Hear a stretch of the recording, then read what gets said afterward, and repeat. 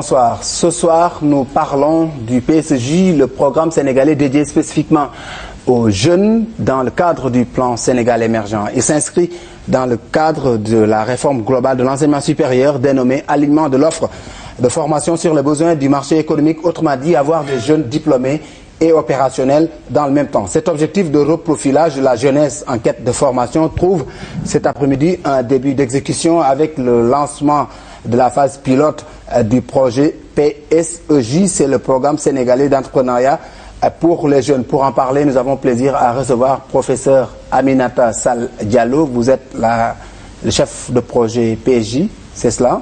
Vous avez lancé officiellement le projet cet après-midi. C'est une début de fin d'un processus, non? Oui, nous sommes à la fin d'un processus, oui. Un appel à candidature qui a été lancé il y a de cela plus d'un mois, et donc un processus extrêmement sélectif qui nous a permis aujourd'hui de retenir la première cohorte de jeunes que nous allons former à l'entrepreneuriat. On va revenir sur le nombre et le processus qui a abouti un peu à cette sélection-là, mais en attendant, on est rattrapé par l'actualité qui secoue le monde éducatif. Vous êtes un homme du Sérail, si j'ai pu m'exprimer ainsi. Aujourd'hui, le ministre de l'Éducation est en bisbille avec ses enseignants, ses élèves maîtres, hein, qu'on appelle élèves maîtres fraudeurs. Récemment, il a eu le soutien du Parlement. Vous, en tant que professeur, vous avez été formé à bonne école, j'imagine. J'ai vu, vous avez atteint les sommets de l'éducation. Vous êtes en train de promouvoir une élite dans le secteur de l'enseignement supérieur. Vous, c'est quoi le sentiment qui se dégage quand vous analysez un peu toute cette actualité? Je pense que le premier intrant dans l'éducation, c'est l'enseignant. C'est le formateur. Nous ne pouvons pas nous permettre de faire entrer dans le système éducatif des intrants qui vont poser problème demain. Je pense que la qualité des enseignants est quelque chose qu'on ne peut même pas négocier. Je pense que nous avons été victimes. Quand je dis nous avons été victimes, je parle du monde éducatif globalement, de la gouvernance mondiale de l'éducation. Nous avons introduit dans nos systèmes éducatifs des volontaires de l'enseignement. Nous avons introduit, pour pouvoir avoir une scolarisation primaire universelle, un certain nombre d'enseignants, peut-être qui n'étaient pas tout à fait qualifiés. C'est un déclic maladroit, un peu dans le processus. Non, je pense que c'est la gouvernance mondiale qui nous a menés là où on est arrivé. Il faut le reconnaître. Le Sénégal avait un système éducatif extrêmement puissant. Et je pense que nous devons être fiers de ce que nous avons fait. Nous avons pratiquement formé toute l'élite africaine ici au Sénégal. Mais nous avons été rattrapés par des politiques de gouvernance au niveau mondial qui ont imposé la scolarisation primaire universelle, le recrutement d'enseignants volontaires. Et je pense que nous connaissons ces dysfonctionnements parce que tout simplement, nous sommes rentrés dans un processus de mondialisation dans le domaine du système éducatif, alors que l'éducation doit être la souveraineté des États. Et cela intervient dans un contexte où le PASSEC, un peu sur la qualité de l'enseignement dans une dizaine de pays du CONFEMEN fait état de la baisse du niveau de l'enseignement et des élèves de manière générale. Pour vous, tout cela ne grandit pas le Sénégal qui est connu quand même pour être un berceau, un réceptacle de bons profils. Le Sénégal n'est pas la seule victime. Je pense que cette situation de dégradation de la qualité des enseignements dans le système éducatif n'est pas quelque chose de propre au Sénégal. Je pense que beaucoup de pays africains souffrent des mêmes maux.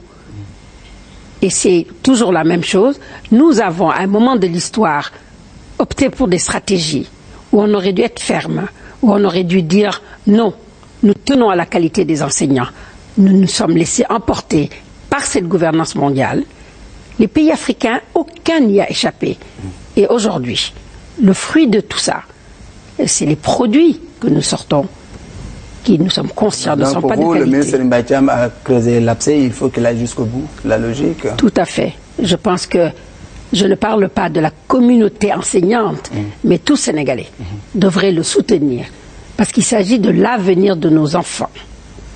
l'éducation, c'est l'avenir de nos enfants. L'avenir de nos enfants, c'est de cela qu'il s'agissait pour vous cet après-midi à l'Université Cheikh Anta Diop de Dakar. Hein. Vous avez lancé officiellement la phase pilote du PSJ. Parlez-nous un peu de ce projet-là. C'est quoi? Quels sont ses objectifs? Alors, un objectif stratégique, comme j'ai l'habitude de dire, c'est le développement des compétences pour la productivité et la compétitivité. C'est un programme qui prend en charge les acteurs productifs. Mais l'essentiel de notre cible, c'est la jeunesse. En fait, c'est un programme qui cherche à améliorer l'insertion professionnelle des diplômés de l'enseignement supérieur. Ouais, donc vous ciblez un peu les étudiants qui ont déjà le diplôme, c'est bac plus combien? Minimum bac plus 2 pour pouvoir rentrer dans ce programme. Parce que ce programme est une formation diplômante qui va délivrer une licence, qui va délivrer des formations au niveau M1, Master 1, et également niveau Master 2. Mais ce que nous cherchons réellement à travers ce programme, c'est à former et accompagner des créateurs d'entreprises. Nous sommes responsables de l'alignement de l'offre de formation sur les besoins économiques. C'est une nouvelle option, il faut le préciser. Oui, parce que jusqu'à présent, je pense que le paradigme, c'était d'offrir des formations. À tous azimuts. Hein. Et les gens devaient rentrer dans ce que nous leur offrons. On tend à changer de paradigme. On répond à des besoins. On répond à des besoins.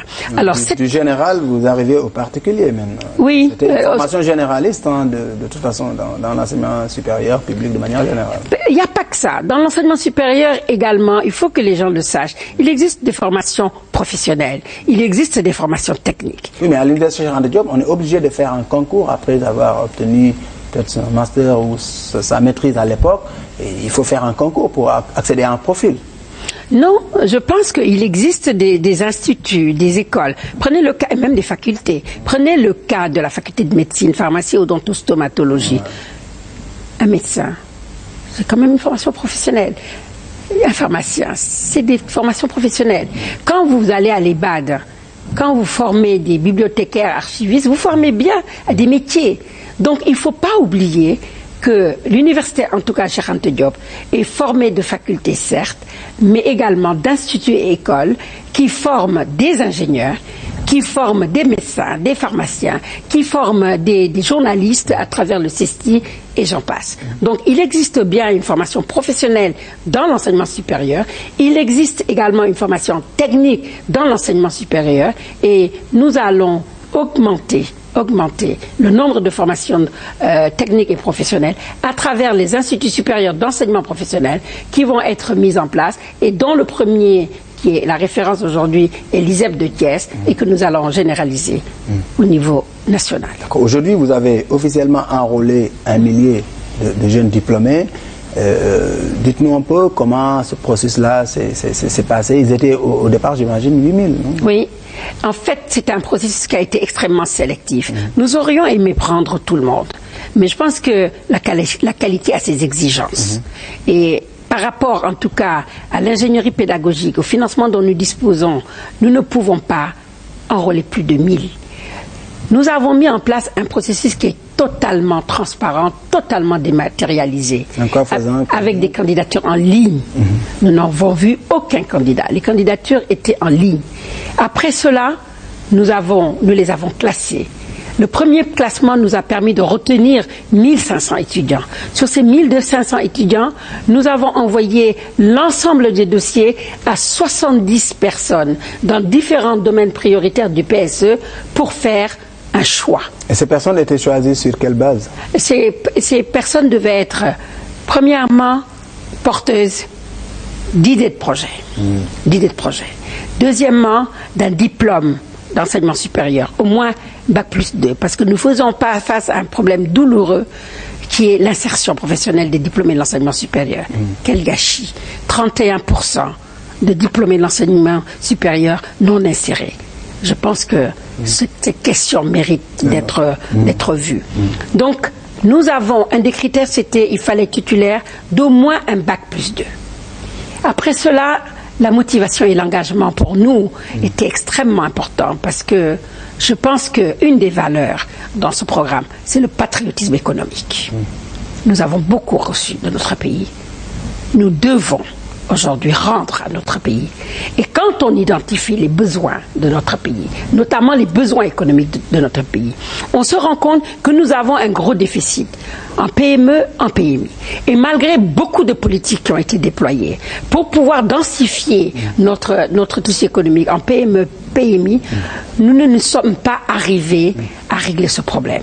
Et nous voulons l'adresser autrement, après avoir fait un diagnostic très simple qui nous montrait que la formation devait être une formation de qualité et que l'accompagnement était défectueux jusqu'ici et que nous devons vraiment, pour résoudre ce problème, former, accompagner. Former, accompagner, vous voulez, à part de ces deux paradigmes-là, étoffer le pays davantage en matière de PME, PMI, mais faudrait-il que ces petites et moyennes entreprises ou industries collent un peu avec les besoins du pays pour son développement, pour le plan Sénégal émergent auquel vous vous êtes adossé pour un peu mettre en place ce projet-là. Quelles ont été un peu les filières prioritaires dans le cadre du recrutement de ces 1000 jeunes diplômés? Nous avons épousé complètement les domaines prioritaires du PSE. Nous avons choisi pour la première année de former dans les 4 premiers domaines prioritaires du PSE, à savoir l'agriculture, l'agroalimentaire, l'agrobusiness, les produits de la mer, l'habitat, la construction, l'énergie, l'éthique, le transport, la logistique et la distribution.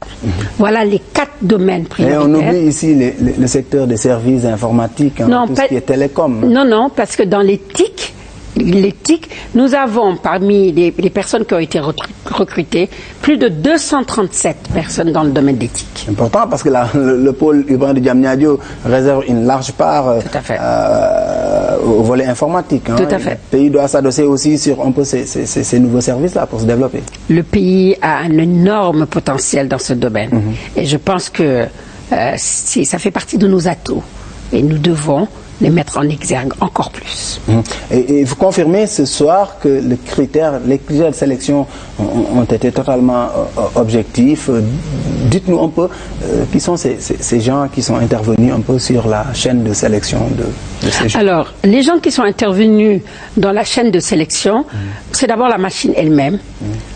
Les gens ont postulé et en répondant aux questions, ils avaient un certain nombre de points pour chaque question. Et la machine les a classés selon leur note finale. Et c'est comme ça que 6500 étudiants ont été, entre guillemets, éliminés. Et les 1500 ont été pris. Et après ça, nous avons demandé aux étudiants de présenter une vidéo, de poster une vidéo où ils présentaient leur projet et ils se présentaient eux-mêmes pour nous permettre donc d'apprécier. Et nous avons fait appel à une équipe internationale dans les domaines prioritaires. Ils étaient au nombre de 70 personnes à qui nous avons envoyé ces différents projets et qui les ont notés et classés. Ils sont à l'extérieur du Sénégal. Il y en a qui sont à l'intérieur. Non, il y en a qui sont à l'intérieur, la majorité. Mais cette équipe internationale, oui. Et ceux qui sont à l'international, est-ce qu'ils collent forcément aux intérêts ou bien aux objectifs du pays dans les domaines qui sont ciblés dans... Tout à fait. En fait, ces gens-là ont été choisis pour leur expertise technique. Okay. Vous savez, je pense que dans le domaine des compétences, bon, là, on n'a pas... frontière. Hein. Voilà. Et en plus, nous avons beaucoup mis l'accent sur la connaissance de l'environnement pour le choix de cette équipe. D'accord. Et ces étudiants, aujourd'hui, ils sont sélectionnés. Demain, c'est quoi la suite? Ils seront formés. Vous allez en faire quoi? Nous allons faire des entrepreneurs managers. Nous allons faire une élite économique qui va pouvoir non seulement créer des entreprises, mais créer des emplois. Parce que nous pensons que dans 2 ans, dans 3 ans, que ces entreprises-là pourront être des réceptacles pour les nouveaux formés. Voilà, donc voilà ce que nous attendons. Et c'est quoi le processus de formation? Quand est-ce que ça va débuter? C'est sur combien de mois? Alors, ça va durer 1 an. Nous avons une première période de 3 mois où ils seront formés à l'entrepreneuriat. Un volume horaire de 300 heures. Nous avons ensuite une formation qui est sectorielle dans les domaines où ils veulent créer leur entreprise. 300 heures également. Et pendant tout ce premier trimestre, nous allons leur installer chez eux des compétences linguistiques, l'anglais, des compétences numériques, des compétences organisationnelles pendant ce premier semestre. À partir du deuxième semestre, ils vont aller en immersion en milieu professionnel pendant 4 à 6 mois. Et pendant cette immersion en milieu professionnel, ils auront à travailler directement sur leur propre projet. Ils seront tutorés, mentorés, coachés. Et l'objectif, c'est que, au bout de ce semestre, qu'ils puissent nous présenter un business plan qui est bancable. À partir de là, nous allons les accompagner pour un accès au crédit. Et à partir du moment où leur projet est bancable, nous avons noué beaucoup de partenariats avec des institutions financières pour cet accompagnement financier. Et là, nous les mettons en couveuse où on va mettre en place un pool d'experts, que ce soit des comptables, des experts comptables, qui vont pouvoir donc réaliser leur comptabilité, tout ce qui est problème fiscal, etc., à leur compte. Et eux se concentrent directement sur leur cœur de métier pour pouvoir développer, excusez le terme, leur business. D'accord. Et après, quand ils auront terminé tout ce processus-là, vous parlez de couveuse, vous parlez d'immersion. On imagine ici que c'est il s'agit là de bébés dont vous serez les auteurs ultimes à la fin de tout ce processus-là pour l'insertion finale dans le monde du business, dans le monde professionnel. À quoi est-ce qu'ils peuvent ou bien à quoi est-ce qu'ils devront s'attendre? Je pense que nous avons plusieurs instruments. Il ne s'agit pas de subventionner les projets et de dire nous allons donner de l'argent aux gens. Ce n'est pas le but. Nous allons par contre leur faciliter l'accès au crédit avec des taux d'intérêt qui sont extrêmement bas au niveau des banques commerciales. Nous avons également ce qu'on appelle des prêts d'honneur. Ces prêts d'honneur, c'est nous qui les garantissons. Nous, quand je dis nous, c'est le PSEJ. Ça veut dire que l'État garantir. Vous n'avez pas de fonds spécifiques de garantie, vous vous appuyez sur les fonds déjà mis en place par l'État comme le...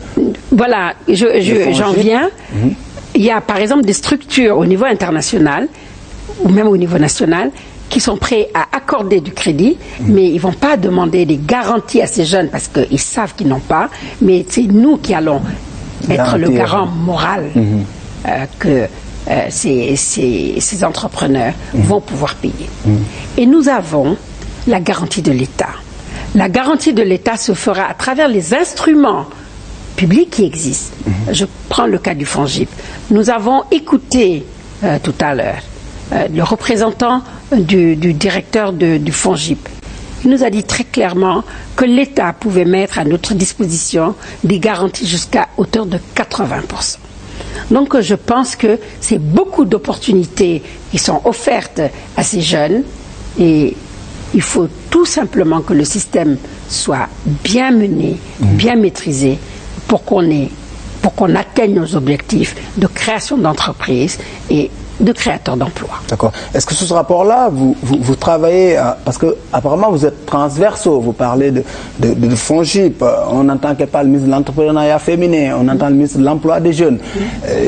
Tout ça recoupe un peu vos préoccupations. Est-ce que vous travaillez avec ces départements-là dans le cadre de la matérialisation de ce projet?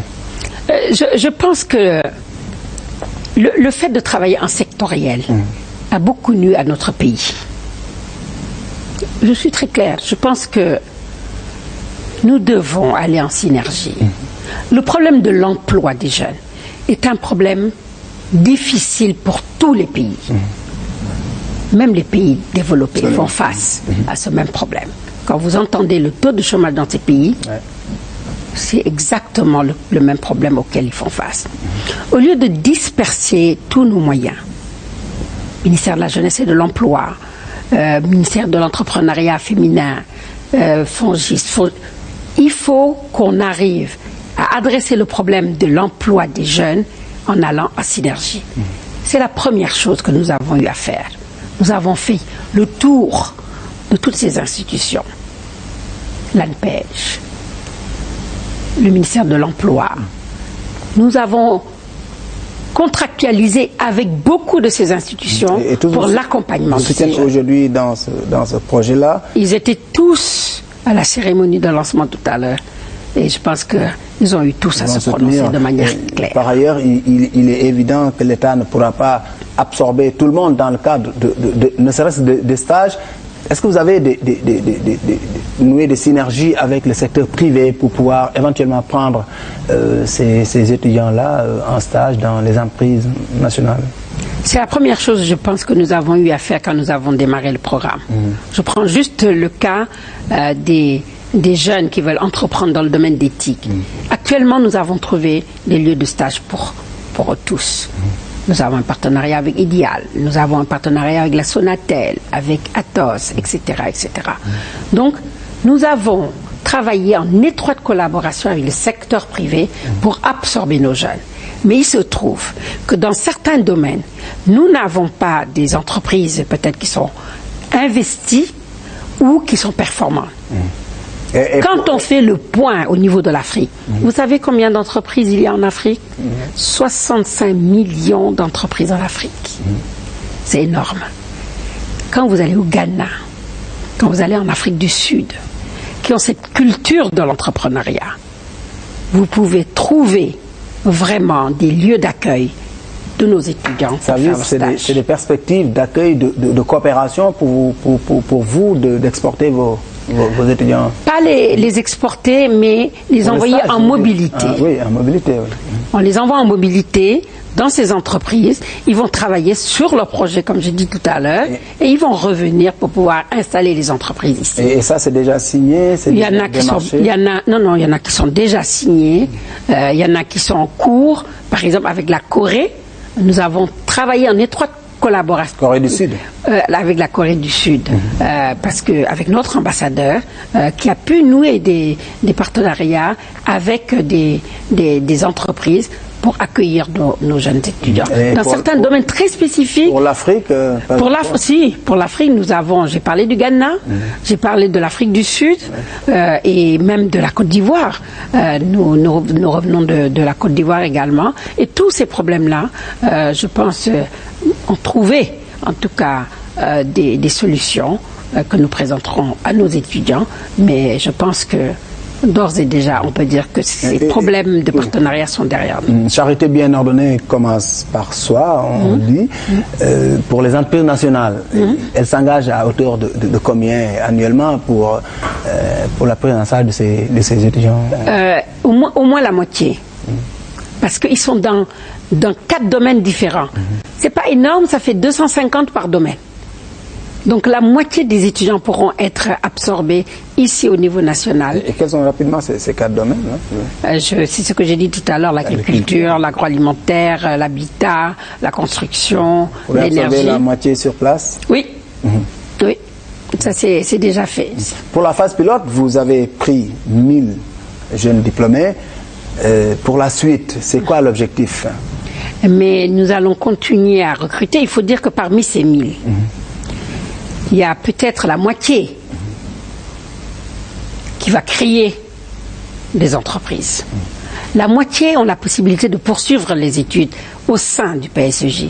Parce que nous offrons 3 stades. Un cycle fondamental, un cycle intermédiaire et un cycle avancé, correspondant à une L3, une licence professionnelle, à un Master 1 et un Master 2.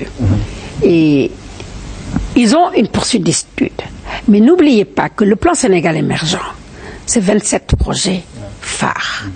Donc avec des entreprises qui vont s'installer ici dans notre pays. Il nous faut être prêts.